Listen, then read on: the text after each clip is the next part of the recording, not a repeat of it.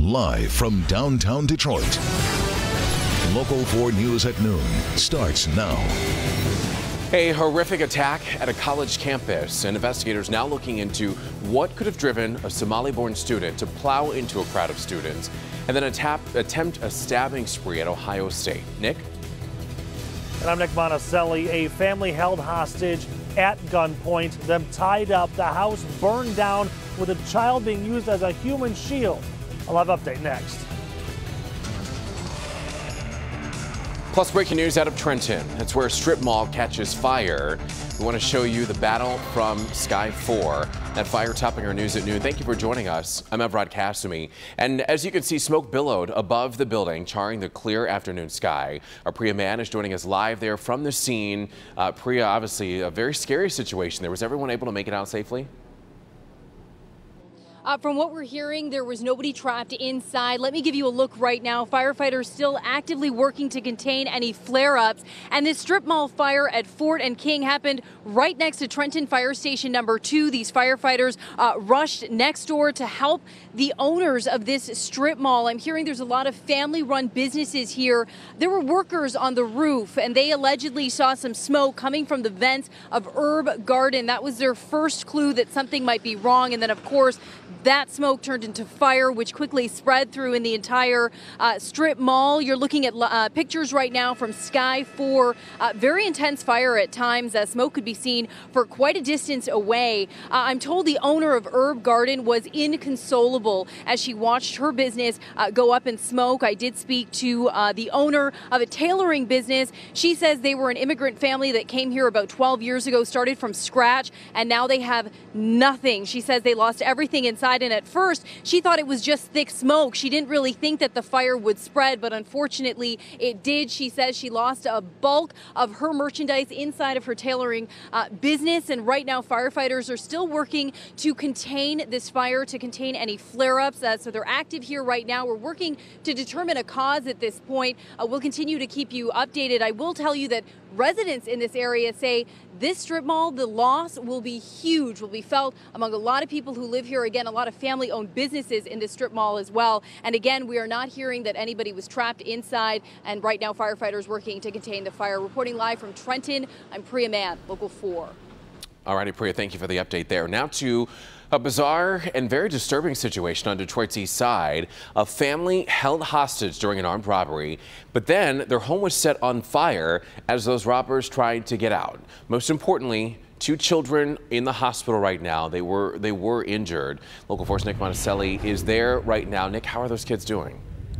Everett, as of right now, both kids are still in the hospital. We are told the older child is in stable condition, but the younger child, a 2-year-old girl, is still in critical condition after the home they were in was intentionally set on fire as armed robbers were trying to escape from a SWAT situation. And you can see off to the side there is still a heavy police presence here as they search for the second suspect. They have ATF dogs out here.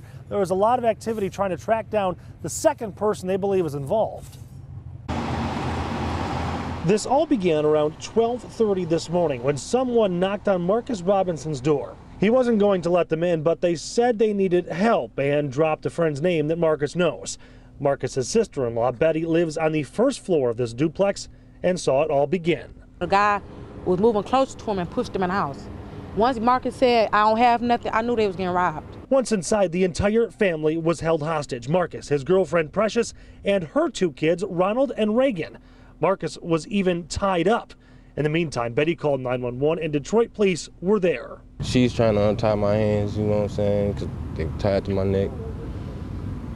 And in the process, I just happened to bend the corner to look down the stairs and seen the police officer.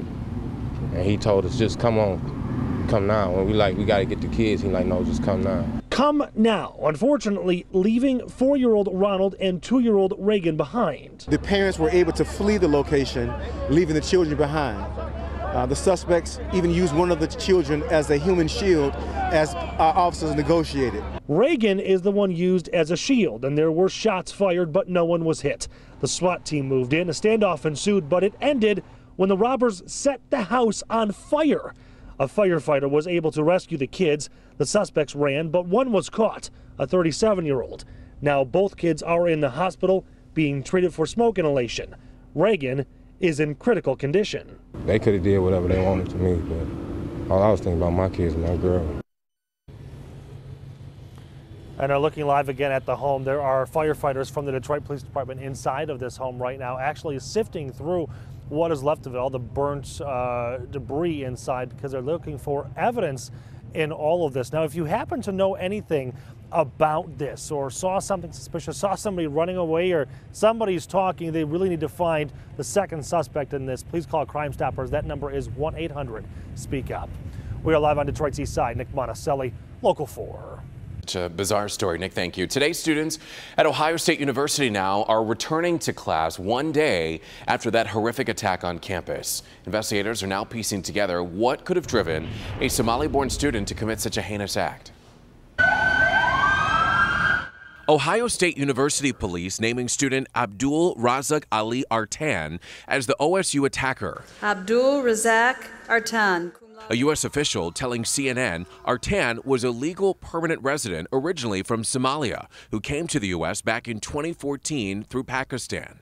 Authorities now looking into posts he made on his Facebook page, expressing grievances about crimes against Muslims, posted moments before the attack, saying, quote, "I am sick and tired of seeing my fellow Muslim brothers and sisters being killed and tortured, and I can't take it anymore." Back in August, OSU's campus newspaper quoted Artan in a profile, saying he was scared to pray in the open as a Muslim. Police say just before 10 a.m. Monday morning, Artan deliberately jumped a curb, ramming a car into a group of pedestrians. He exited the vehicle and used a butcher knife to start cutting pedestrians. Eyewitnesses desperately called 911. The guy ran a car through a crowd of students. He did it purposely. I'm at Ohio State, right outside of Watts Hall, and there was a guy crashed his car into a bunch of people and ran out with a knife. We need an ambulance here fast. A minute into the attack, OSU police officer Alan Harushko arrived on the scene and confronted a knife-wielding Artan and shot him 3 times, killing him. The officer engaged the suspect and fired shots and used deadly force to stop the threat. 11 people were injured in this attack. Thankfully, all are expected to survive. As the attack was happening, students barricaded doorways to avoid becoming a victim. The campus on lockdown for an hour and a half. And Ohio State will be stronger, having come through this. And police are now looking into whether this was a terrorist-related attack, saying that it'll take some time before they can officially determine a motive.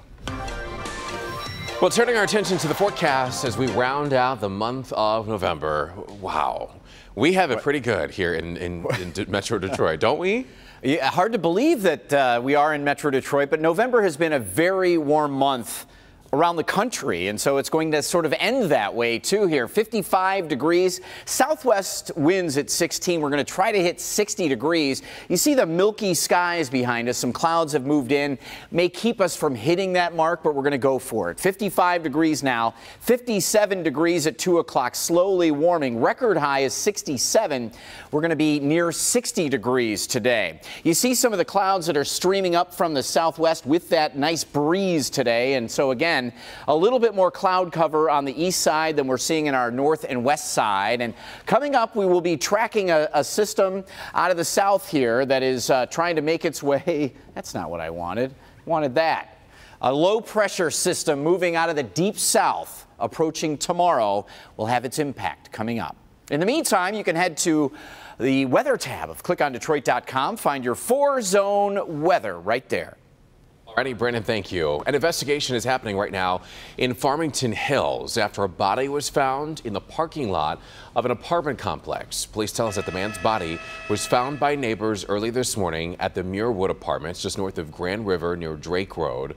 Officers believe that the man might have been injured in a fall, and they're now waiting on an autopsy for an exact cause of death.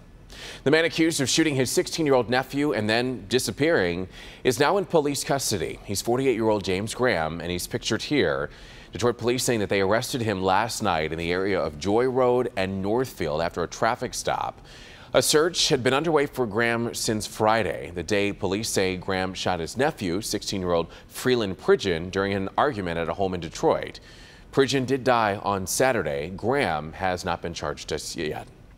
And now we want to get to the latest on a possible recount here in Michigan, as an election official says President-elect Donald Trump would have the right to object a recount. Green Party candidate Jill Stein is expected to officially request a recount in the state by Wednesday's deadline. And once she does, Trump will have 7 days to file an objection to the recount. The director of the Bureau of Elections says it would be difficult for Trump to stop the recount, although he could influence how the votes are recounted, either by hand or by a machine. Meanwhile, President-elect Trump is continuing to fill out his cabinet. This morning, Trump named Congressman Tom Price as head of Health and Human Services. And just before noon, the president-elect picked former Labor Secretary Elaine Chao to be his choice for Transportation Secretary. All of this comes just hours before Trump is expected to meet with more potential candidates this afternoon, including Mitt Romney and Tennessee Congressman Bob Corker. All right, coming up right here on Local 4 News at noon, raging out of control. Wildfires consuming parts of Tennessee, and thousands are now forced to evacuate their homes. We'll tell you what firefighters are doing to try and contain the blaze. But first, a tragedy in South America. A plane crashes in Colombia, killing dozens of people. We'll tell you what officials are saying happened just before that plane went down.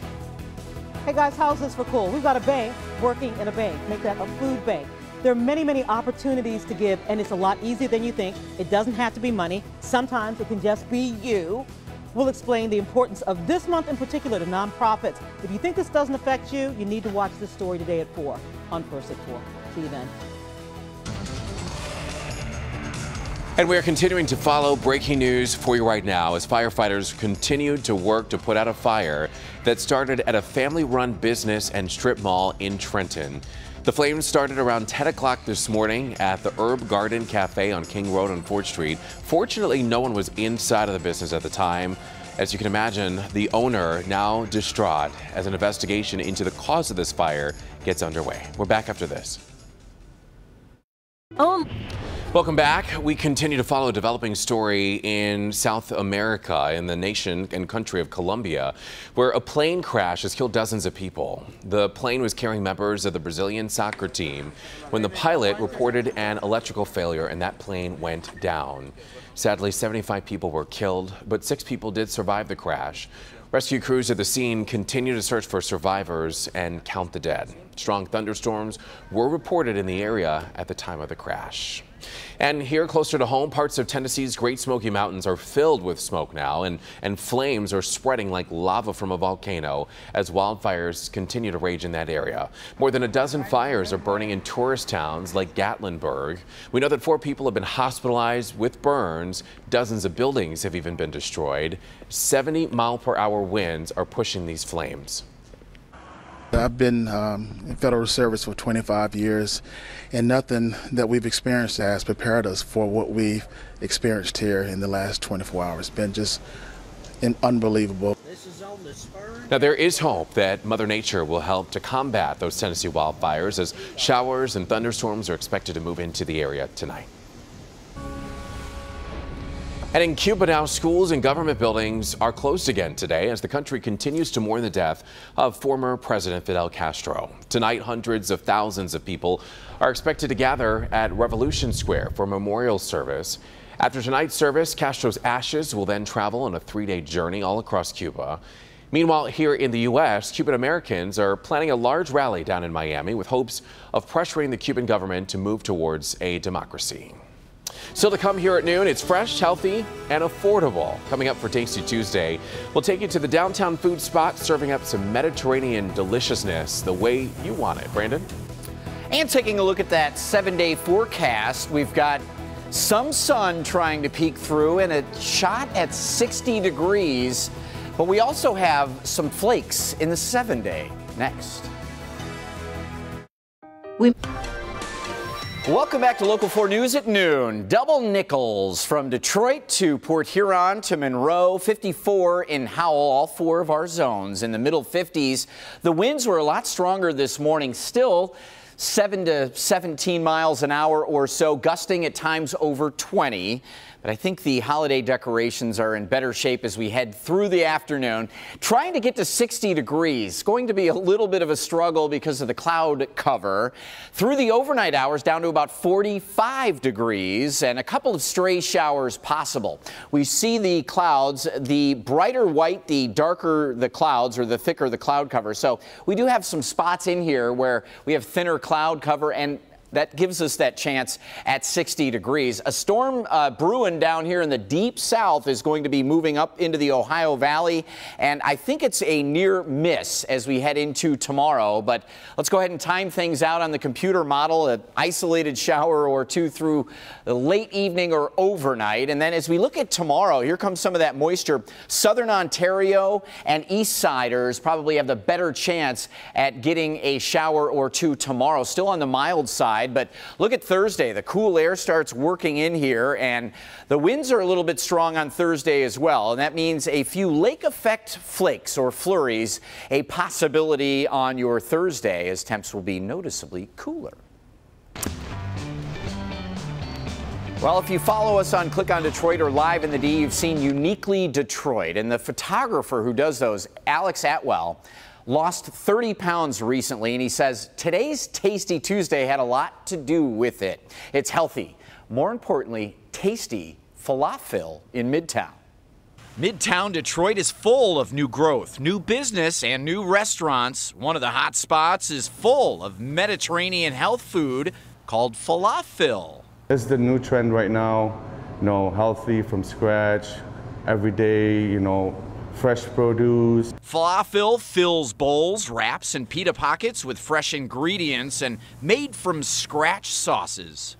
The falafel is a homemade process, a special soaking of the chickpeas to sensational Mediterranean seasoning before blending into falafel form. Falafel owner Qasim Fardoon learned the art of cooking from his mom and a family friend chef. He learned the art of patience from the Woodward construction right out his front door that changed the way falafel filled Detroit with flavor. We do deliver, we do cater, we do, you could call in and place a pickup order. Those watching Holiday Waistlines can get a very vegetable and protein heavy meal at the Metza Bar. And there's a little something for those of us on the naughty list, like the house fries, tossed in a special blend of lemon juice and Asian seasonings. Everybody that leaves here leaves with a smile and said they'll be coming back. Again and again.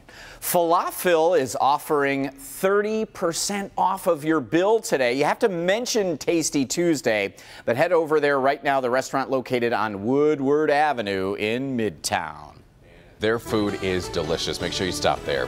Still ahead, the big holiday shopping rush is somewhat over. So now what?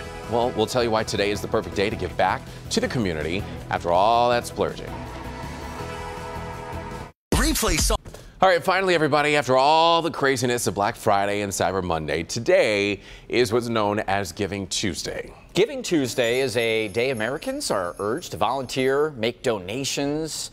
After spending the holiday weekend buying new things, the one-day charity promotion began 2012 and has been an annual event ever since. Yeah, so most charities are actually generating a majority of their contributions at the end of the year. So Giving Back Tuesday, the perfect time for you to do just that, right? Well, you start planning ahead already about your taxes for next year, and maybe you want to do something that you can write off. There you go. Today's the day. Have a great day, everybody. We will see you tomorrow.